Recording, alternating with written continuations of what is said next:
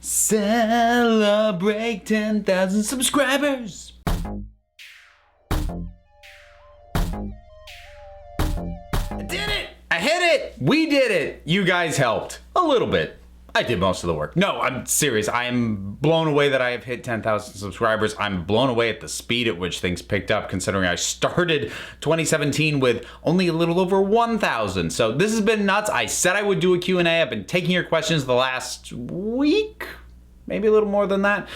So I'm now going to answer them. I am trying to answer in some form every question that was asked. So if I don't answer your question exactly as you worded it, there's a pretty good chance that it is kind of folded into an answer to another similar question. But I want to try and get through all of these and not have this video be an hour long, so let's get to it. And I do want to thank everyone who sent questions in. Most of them were in the comment section of my top 10 movies of 2017 video. Some people send them to me on Twitter. Some people emailed me. So thank you all. Let's go. Why are you called Council of Geeks when it's pretty much just one guy?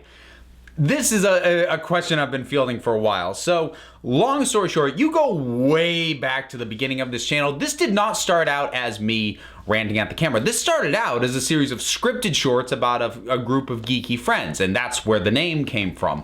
I have stuck with it even though these rants are now the primary kind of content I put out. Initially, I started doing these to fill in content between seasons of the scripted stuff so that it didn't just, go silent in between those. But as I exhausted, my ideas that I liked for the scripted things, this just became the primary format. So I kept the name anyways because A, I just like it, and B, it's kind of a reminder to me that I do actually want to have more people on the channel more often. It's a little bit tricky for me to do that. A related question that I got is what happened to the other guys who used to be on here, and the two main ones being Ryan and Paul, who you would know from the logo that I have for this channel. Both of them fairly recently had kids, so it's a little bit tougher to wrangle them than it used to be. But I do want to try and get more people on and have more group discussions. I'm looking into the possibility of crossovers with some other channels. So that's all stuff I'm exploring. So that's another reason I keep the name. It's sort of a reminder to myself to something that I want to get going. And at this point, I forget which commenter said it, but at one point somebody said, "We are all the council." And I quite like that. The idea that the council is not me, the council is all of us. My subscribers, everyone who comments, who takes part in the conversation. So yeah, I'm stealing that idea. Can you kindly explain what is on your shelving and on display behind you? Yeah, I'll try and keep this quick because there is a fair bit of stuff. We'll start up here. Up here we have Bun Bun, because I am a Sluggy Freelance fan. Worship the comic. Is it not nifty? I've had him for a long time. I love this guy. I don't keep up with Sluggy Freelance as much as I should, and that's partly on purpose. I purposefully get behind several months or even a year or two so that there are several story arcs completed and then I can just binge through them. But so there's Bun Bun. I've then got all the sonic screwdrivers. That's all the way down to over here. I'm not going to pick them up and show you each one. That'll just take forever. But real quick, I've got 3rd, 4th, 8th, War Doctor, 9 and 10s. It's the I just have one for that. It's the same one. 11s, 12s. Yet Capaldi. Don't argue with me that he's not 12. Just go with it. River Songs, the Laser Screwdriver, and then a couple of kind of custom ones that basically came with kits. Fit together different parts to make it the shape and design you want. So that's those. I've got the Lego figures. Get these real quick. I've got 2 of these. I have Lego Poison Ivy and also Lego Wonder Woman. And then next to that, so this is Tamalion. This is my dragon.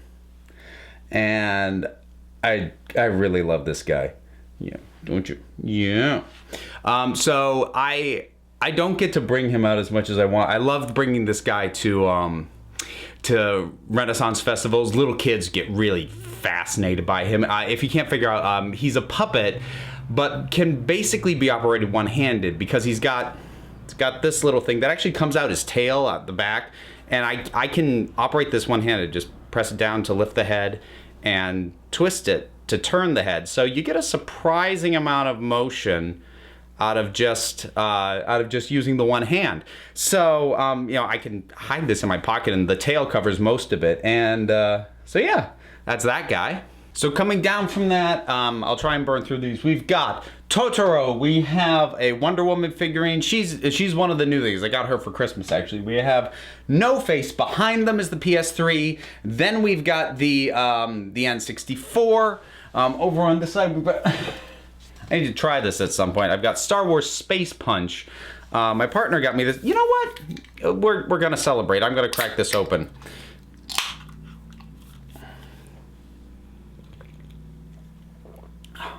That is not that bad. So hey, and I plan to keep the can after that.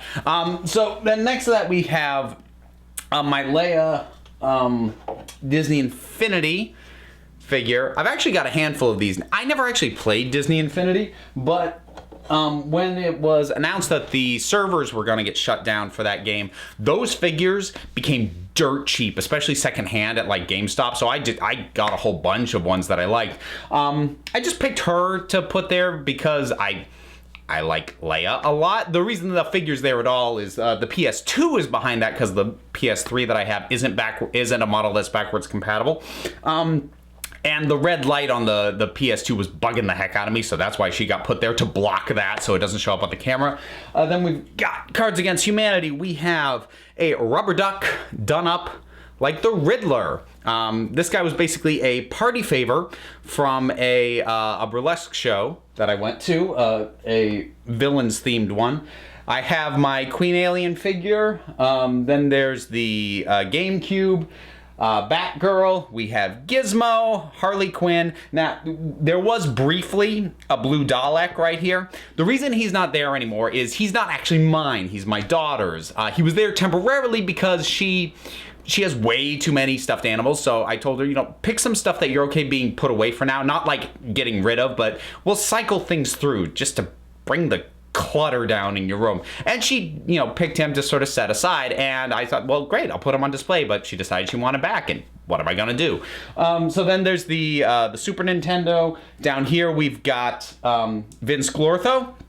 It's not Zool, it is Vince Glortho. I actually don't think there's a difference in the mold for the action figure between the two, but that's what it said on the box, so that's what I go with. And then we've got another version of Batgirl. We got a little white tiger. There's some stuff down there that you can't really see from here. We've got Hedwig, who's on top of a lava lamp. And there's actually even more stuff behind me that you can't see. I'm not going to go through all of it, but for instance, there is my plush Tachikoma, who I love, and I would love on more display, but he's a little too big for any of the other shelves. My daughter calls him Big Butt. Kids. So I think that's all that. We'll move on. What animated DC movies have you seen, and what one is your favorite? As of this recording, I've seen all of them, so I actually can be kind of definitive on this. My own personal favorite, and I do make the distinction between favorite and best. My favorite is Batman Beyond Return of the Joker, largely due to how much I love what they did with the Joker in that and how good Mark Hamill is in that. I think the best one is probably Batman Mask of the Phantasm.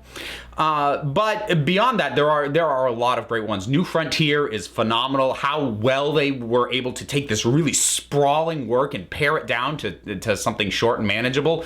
That's really impressive. Superman versus the Elite is, I think, one that a lot of people missed, and I wish more people saw that. I feel like that's an underappreciated gem out of that line. That one's really good too. What do you like more, Star Wars: The Last Jedi or Peter Capaldi's first series as the Doctor? Okay, whoever asked this one has obviously been paying attention to my channel, because this is a loaded question, because these are both things that are coming from franchises that I love that I have a lot of issues with each. As of this moment, I probably like Peter Capaldi's first series as the Doctor better than I like Star Wars: The Last Jedi, but that's also because the pain of Star Wars: The Last Jedi is fresher. I think with the benefit of time, they might be a more even footing, or maybe I'll even be more okay with The Last Jedi. But as of this recording, I would rather rewatch Series 8 than I would The Last Jedi. Do you play current video games at all? So you may have noticed when I went through the shelf, talking about the various video game series, the most recent one up there is the PS3. I don't have a current generation gaming system, and I don't plan to get one. There's a couple of reasons for that. The big one is just I don't have time to sink into games anymore. I just don't. I mean, I have an embarrassingly large number of games for the PS3 that I haven't beaten yet, an even larger number actually that I haven't even started, and I do plan to, but I mean, I've got a backlog in the last generation. There's no way I'm buying the new stuff. I do keep tabs on what goes on in sort of video games, and by doing that, I'm actually kind of glad that circumstances already pushed me out of keeping up with current generation, because there's a lot of crazy and skeevy BS going on in video games right now, and I'm kind of glad that I don't have to deal with it directly. What is your favorite movie? Favorite movie of all time is Ghostbusters, the original. That's it. I love that movie to death. It's probably the movie I've seen more than any other. That's my favorite movie. What is your favorite show and favorite episode of that show? Well, if you couldn't guess, favorite show was Doctor Who. Favorite episode, I don't know. There is a reason that I rank, when I do top 10s, I don't do a top 10 for everything. I break it down by individual doctors because I'm able to do that. To try and figure out a single episode, honestly, I can't. I just can't. Which Doctor era was more flawed, Matt Smith or Peter Capaldi? If you hadn't guessed, there are a fair number of Doctor Who questions. I've tried to space them out so I'm not just cramming for a long stretch of Doctor Who. So for this one, I'm not sure which is more flawed in terms of the number of actual issues. I'd say the manner in which they're flawed is a little bit different, and I think I prefer the way in which Capaldi's era was flawed, because I think with Smith, he started out strong, and then the cracks got bigger as his era went along. Whereas Capaldi, most of the weakest stuff, at least for me and what I like, was all front loaded. Like every series with Capaldi got better. And for me, if you're gonna have a little bit of unevenness, it's not always great. I would rather start on the lower end and get better than start great and then get weird and wobbly from there. So yeah, I suppose to my preferences, Smith's is more flawed. What is your favorite thing to talk about on YouTube? I honestly don't know. You'd think I would just say Doctor Who, except, I feel like picking a favorite would be like, this is what I wish I could talk about all the time, and there is no one thing like that. I think my favorite thing about YouTube right now is how quickly I've gotten able to turn these things around, which enables me to talk about basically whenever an idea pops into my head to talk about it, that I can just sit down and do that. I love being able to just roll with a notion almost as soon as it hits me. That's a lot of fun, regardless of what the specific topic is. Do you have a favorite episode of Gotham so far? I do. My favorite episode of Gotham is from season 2. It is This Ball of Mud and Meanness, which is an episode that is so good that it's actually the episode that I tend to recommend to people who I know who watched a couple of episodes of the first season and then were like, oh, this isn't any good. I tell them, check out This Ball of Mud and Meanness. If you see that and you still don't want to see more, fine. But it's the one that I recommend that people who are skeptical about the show, check out this episode. It actually works pretty well as a standalone. If you know anything about Batman at all, you can get exactly what's going on, and it's phenomenal. I noticed you were wearing a D&D shirt during the IT roundtable. Do you play? Yeah, I do have a gaming group. It's kind of on hiatus right now because Paul, one of the more frequent collaborators on here, who I mentioned had a kid, he hosted and ran most of the games. So I don't DM.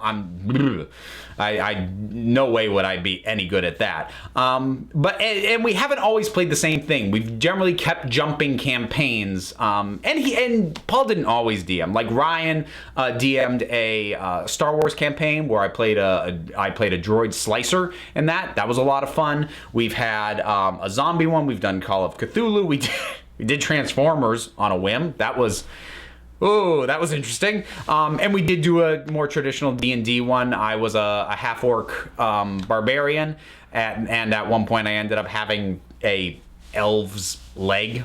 Like, not like as a thing, like one of my legs became an elf leg. That was also interesting. I had briefly considered actually starting to record those gaming sessions and edit them into something that I could do as a podcast.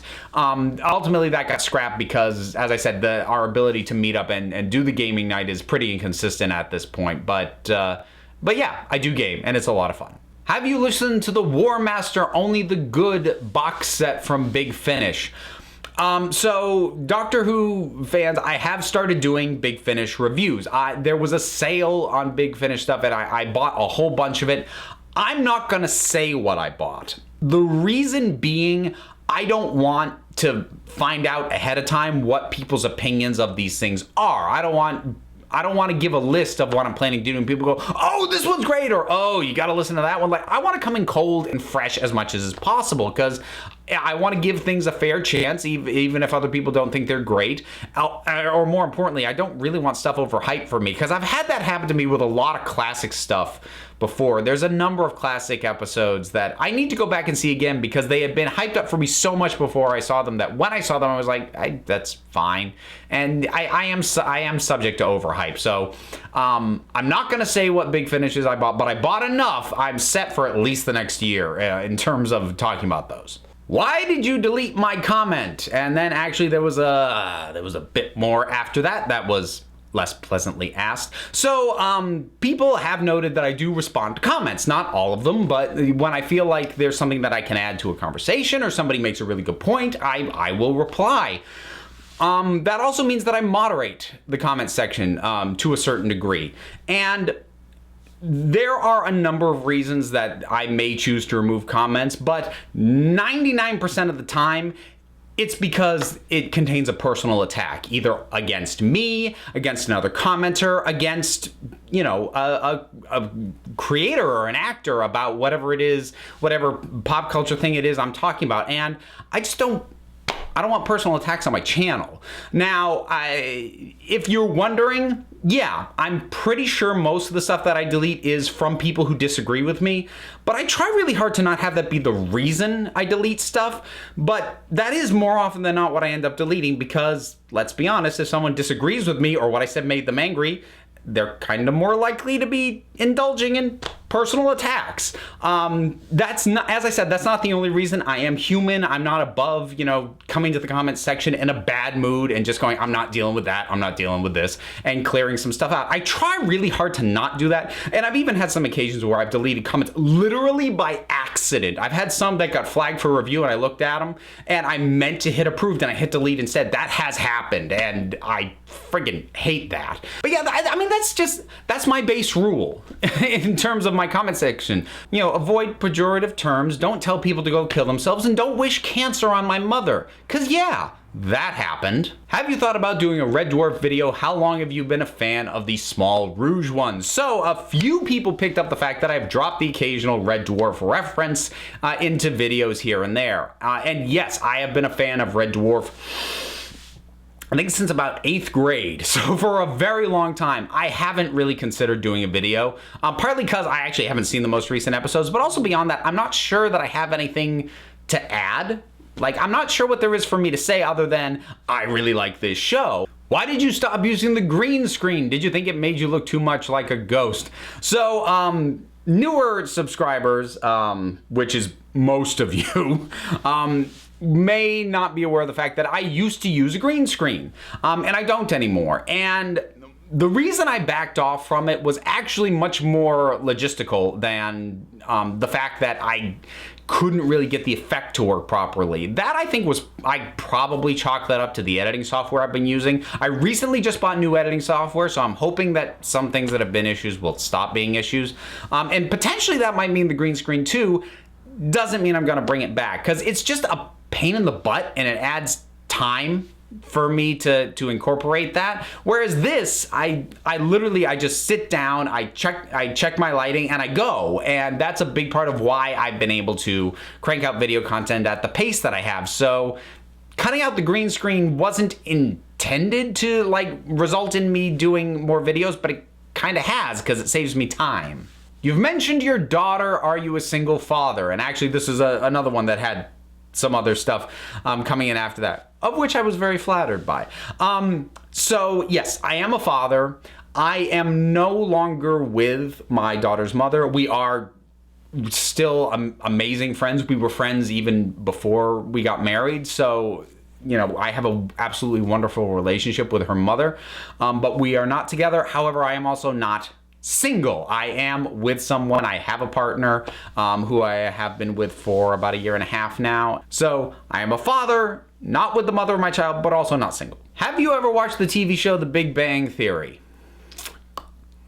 I'll try and keep this short because I could easily fill up a whole video on this, but I hate The Big Bang Theory. Just so much. From the core of my being, I hate that show. Now, to be fair, I have not watched an episode front to back, end to end, because I can't watch more than 5 minutes before I want to pull my hair out and scream at the screen. So, to make it as short as I can, you don't get points from me by making your main characters geeks or nerds, but you are still making the exact same look how weird and awkward people who are good at science or people who like sci-fi are that have been made in pop culture since friggin' Revenge of the Nerds. You don't get points just because you made them the main characters if you're still doing the same old stale, tired, look at the awkward nerd jokes. You also don't get points just because you get references to comic books and Doctor Who or whatever right. I'm not giving you points for that if you're still making junk that isn't funny. I gotta move off this because I got a lot of bile towards that show. Have you ever done cosplay? If not, do you have any characters you would like to do? I have done cosplay. I started going to conventions only in the last couple of years. Local stuff to me. You know, Vermont Comic Con and Boston Comic Con, because that's not that far away. In terms of what characters I've done, stick a pin in that. We're gonna come back to it. But for right now, short answer, yes, I have done cosplay. How did you come to love Doctor Who? Was there a specific episode that won you over, or was it a process? Oh, and what is it that you like most about the show? So kind of 3 questions crammed together, but let's get to it. Doctor Who is something I was aware of as a thing, I think probably since, late grade school, because I had friends who had PBS who watched it. I never got into it at that age. What got me hooked was my daughter's mother and I, we were in London for our honeymoon, and we were there for a week, which is a perfect amount of time to be in a place like London because it's enough time to do all the touristy things you need to do, like the London Eye and see the crown jewels and whatnot, but it's also enough time to just chill and relax and not have to be on a crazy schedule to be sure you cram everything in. So we had a period of downtime, and I found myself flipping through the TV channels, and I stopped on an Ood. And I stopped on an Ood because I looked at it and went, that looks like a mind flayer from D&D. And I just got sucked in initially by that. And then it was the episode The Satan Pit was what it was. And I wasn't in at the very beginning. I came in maybe between a third and halfway in, but I'm just watching, and there was one moment that made me go, I need to start watching this. And it was when Tennant was being lowered down into the pit. And he hit the end of the rope, the end of the cable, and he looks down, and all he sees is blackness. He says, "Could be miles yet to go, or it could be 30 feet. I could survive 30 feet." I'm like, I love this. I love everything about this. So that was what made me make the decision. I need to catch up on this. So as soon as I got back home, I started catching up on from Eccleston forward. Through Netflix, and then starting with series 4, I was watching it as it aired. So that was how I got introduced to the Doctor Who. What I love most about it is it feeds my inner 7-year-old, because at its heart, it is about a man with a magic box who can take him anywhere. Like that is pure imagination to me. I love that to death. Favorite video game of all time? Final Fantasy VI. I knew it as Final Fantasy III at the time that I was playing it, back on the old Super Nintendo, but Final Fantasy VI. And I love it so much that even though I don't normally do video game content, I might do a long rambling video just going on and on about how much I love that game, because I love that game. Do you ever watch your old videos once in a while and take note of what you remember feeling back then and think of how you feel now?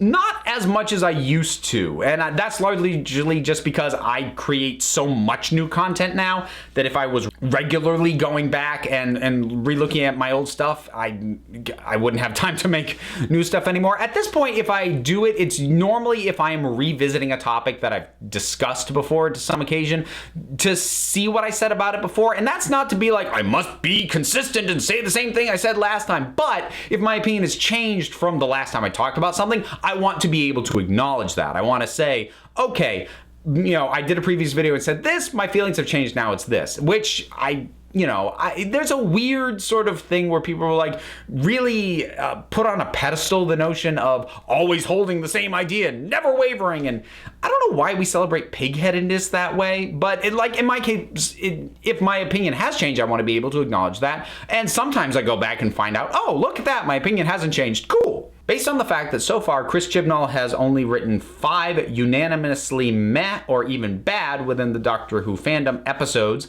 are you worried about what he's bringing to the table as showrunner? So Chris Chibnall is taking over as the showrunner for Doctor Who. And this is one that I'm basically just going to plug a future video. I am planning to do a retrospective of all the stuff he's written related to Doctor Who. And I say related because he only did 5 episodes of the show proper, but he also did a whole bunch of Torchwood. So I am going to be kind of doing an overview of all the stuff that he's written and sort of seeing what my assessment is at that point, because I need to rewatch some of it. So that's coming. Do you want to see another Superman movie? Weirdly, yes, and more to the point, I want to see another one with Henry Cavill, because I actually thought he did really well playing the more Boy Scout hopeful version of Superman that we got to see him be in Justice League. I thought he was actually much better at that than the whole broody self-doubting thing they were having him do up to that point. So I really hope he gets a chance to play that version of Superman in at least one more film. And I don't think it's as hard to do a good Superman movie as you thought. I mean, like I said, go see Superman versus the Elite for just an idea of ways to approach this character to really show why having him be hopeful and inspirational is important still and can still work as a narrative. This one was an interesting one. If you could travel back in time and take credit for any film, book, TV show, etc., which one would it be?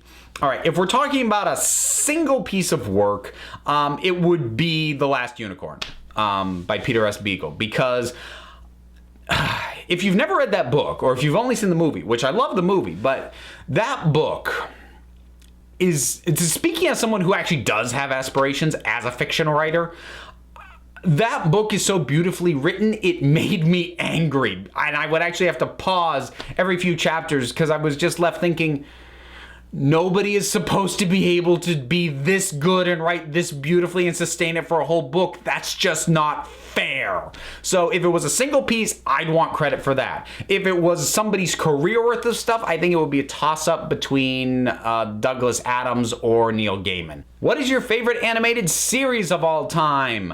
This is one that I have talked about before. It was a while ago, though, but it's The Max, the MTV Oddities animated series of The Max from the 90s.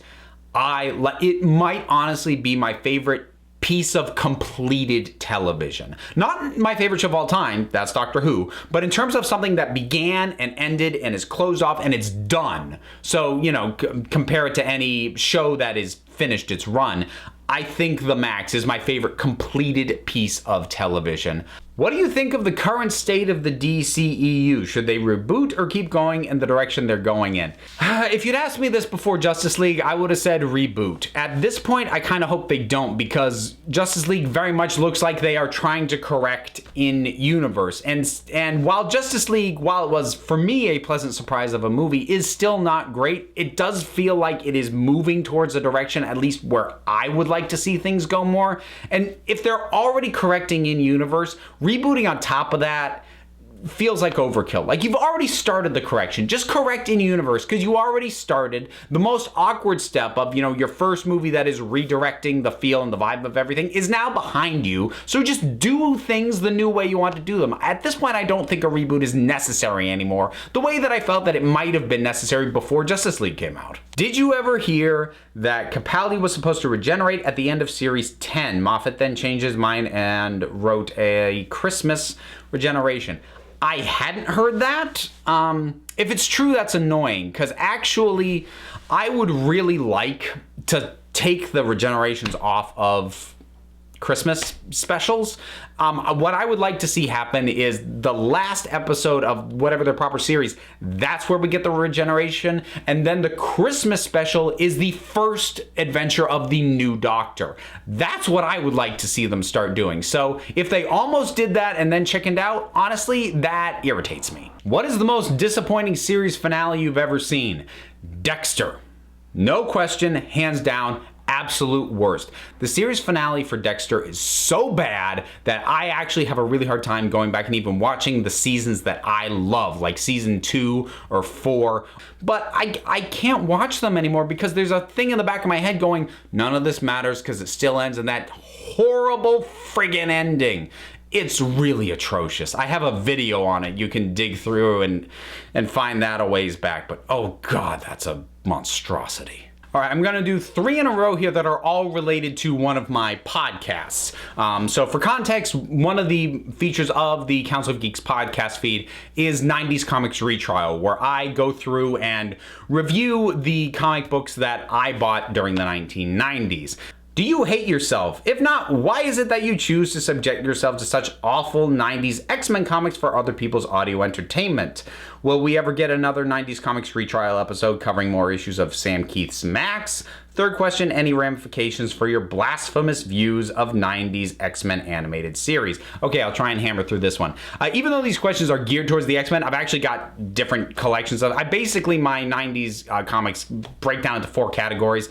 There is Spider-Man, X-Men, Image, and then miscellaneous. So yeah, the X-Men stuff has been pretty bad. I don't hate myself. The thing was, I started listening to comic book based podcasts and decided I kind of want to do one, but I don't have the expertise that a lot of the shows I was listening to have. Like, they would really zero in on a specific character and they do like an index show of all their appearances or, things like that. I'm like, I don't have that level of expertise, nor do I have a collection that would sustain that. So thinking about what I already had to hand, I'm like, I've just got a long box full of old 90s comics, and nobody likes 90s comics. And I'm like, there's a premise in that. And so that's how the show got started. I do have one other issue of the Max that will show up on 90s Comics Retrial eventually. I'm not sure when yet. Because at this point, my collection for the Max is the trades. The actual issues, I only had 3, and I've reviewed 2 of them already. And finally, the reference to my blasphemous take on the 90s X-Men cartoon. There have not been ramifications for that, but that's because way fewer people listen to my podcast than watch this channel. So there may be ramifications now when I point out that I don't think the 90s X-Men cartoon holds up really well at all. I think it kind of stinks. And now that I've said that here, with a lot more people seeing and hearing it, yeah, there may be ramifications, which might have been the questioner's intent all along. Well played. What was the first movie you ever bought yourself or were given as a gift? I'm not entirely sure for both. Given as a gift, I have no idea. I grew up on movies because growing up, I didn't really have TV. My mother hated TV. She hated the news and she hated commercials, so we didn't even get things in on the rabbit ears. I did still watch stuff. My grandmother, who was a saint and had cable, she would record my favorite cartoons and actually sit through them and stop recording. So I have these VHSs with the commercials cut out for things like He-Man and Thundercats and Ghostbusters and a bunch of Disney stuff and things like that. But I've been getting movies as gifts for longer than I can even remember. First one that I bought for myself, the first one that I remember buying for myself was X-Men on VHS. Because I think prior to that, I was pretty much just getting stuff gifted to me that I liked. That's the first one I can really remember going out of my way to buy, though. So I think that might have been it. All right, what I've got now is a list of lightning opinions, because there were a number of people who basically were asking my opinion on this movie or TV show or whatever. So I'm just gonna burn through these real quick. Pulp Fiction. I like it. I feel it's overrated. This is one of those cases where I think it was severely overhyped by the time that I saw it. Shawshank Redemption. Really good movie. I think some people really put it at a higher level than I do, to a degree that I'm like, I'm not sure it's greatest movie of all time, but it's a really good movie. The Matrix. Love it. Amazing Spider-Man 2. Along with Batman v Superman, the premier example of what happens when you put too much concern on franchise building than actually telling a coherent story. We're the Millers. Haven't seen it. Lego Ninjago. It was good. It was fun. It wasn't great. It's the lesser of the Lego movies released so far, but still better than a lot of other animated stuff I've seen in the last couple years.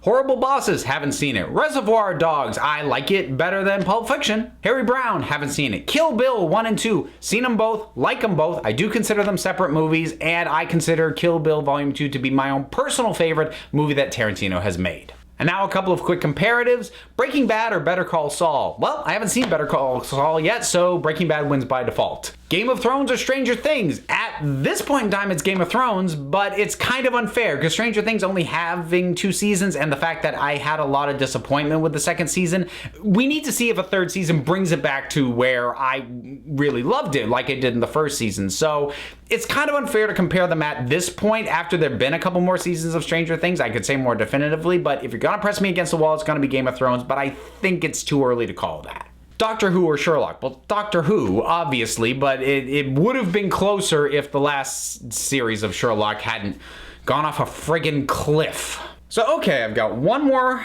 I'm gonna take a nip of courage on this one.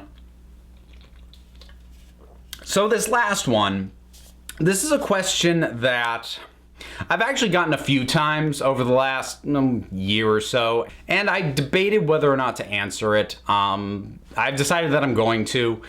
And I'm going to show you the question, I'm going to answer the question, and then I'm going to explain after that. So if the question does not make immediate sense, it will in a minute. Are you Vera Wild? Yes, I am.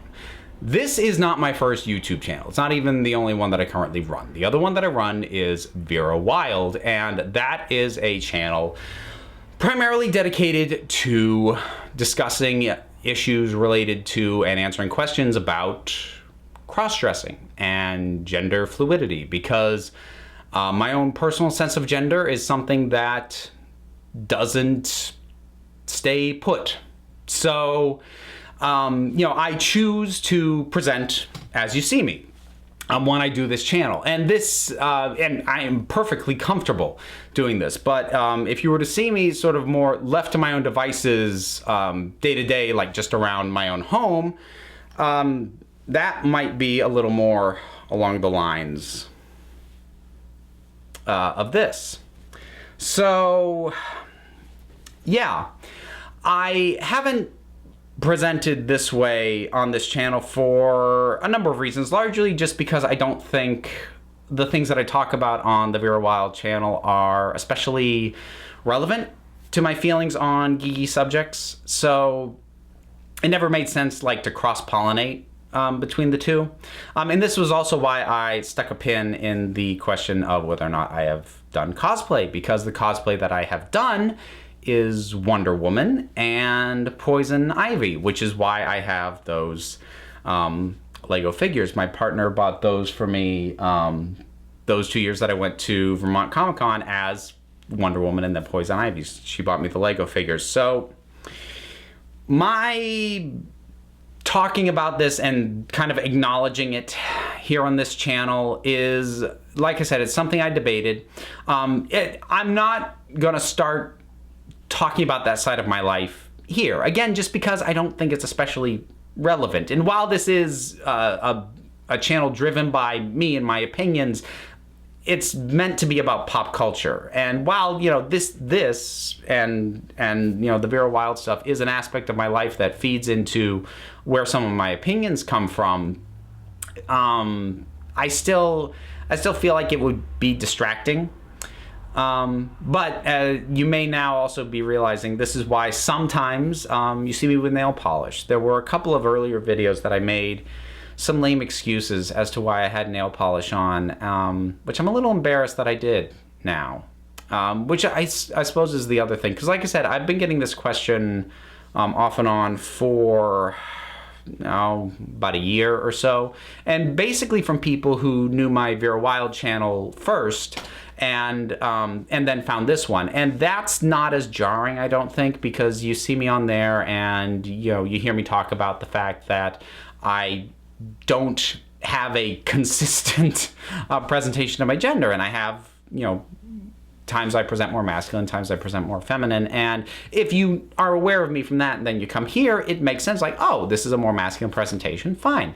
I started to worry, though, about, especially with the channel growing the way it has, about people who know me from this first finding the Vera Wild channel and having, I guess, a more visceral negative reaction to that revelation.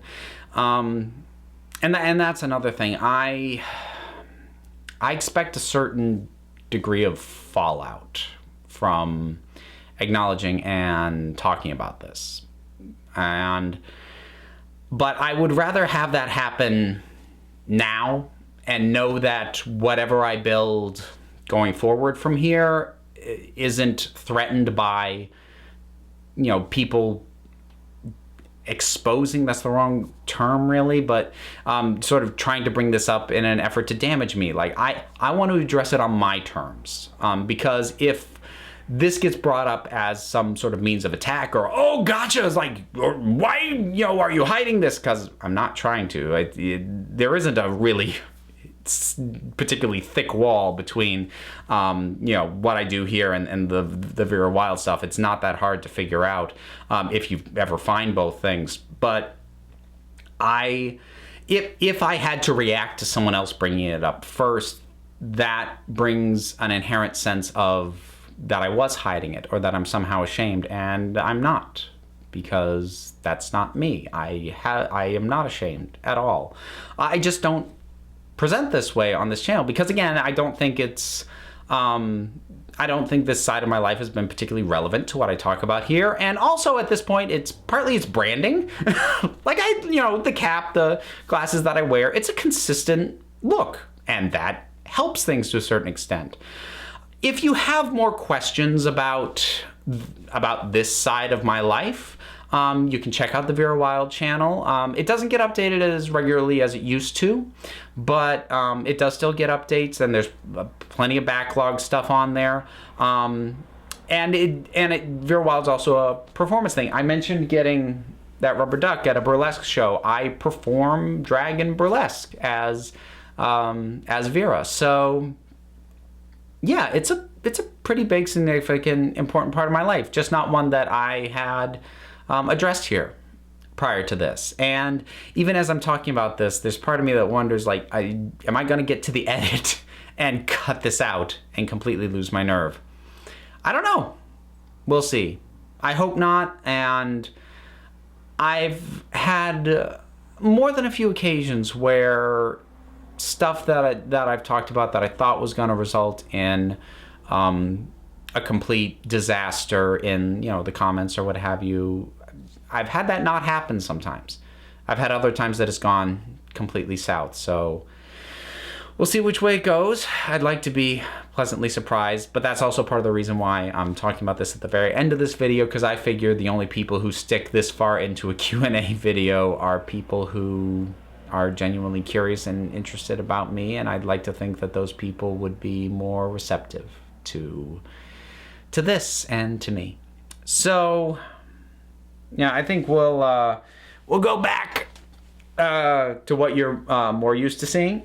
So we'll switch that out, and there we go. See how easy that was? So that'll wrap this up, folks. 10,000 subscribers. That closes the Q&A. I just want to thank everybody. This has been really phenomenal, and I hope that the growth that I have started to see maintains. It's actually been picking up even more, which is crazy to me. I don't know what the ceiling on this is, but I don't think another 10,000 subscribers is complete insanity. And I say that as someone who didn't think I would ever get to 10,000. I figured I would get to 1,000. It took me a long time to get there, but I figured I would if I kept things up. I never thought I'd get to 10,000. So thank you. You guys are amazing and phenomenal. And whatever your thoughts are on any of the things I have brought up, drop something down in the comments. Let's talk about it. Do all the things, like, subscribe, whatever. Links to all my other stuff is below. Twitter, email, the podcast, and whatnot. So, until next time, this council is adjourned.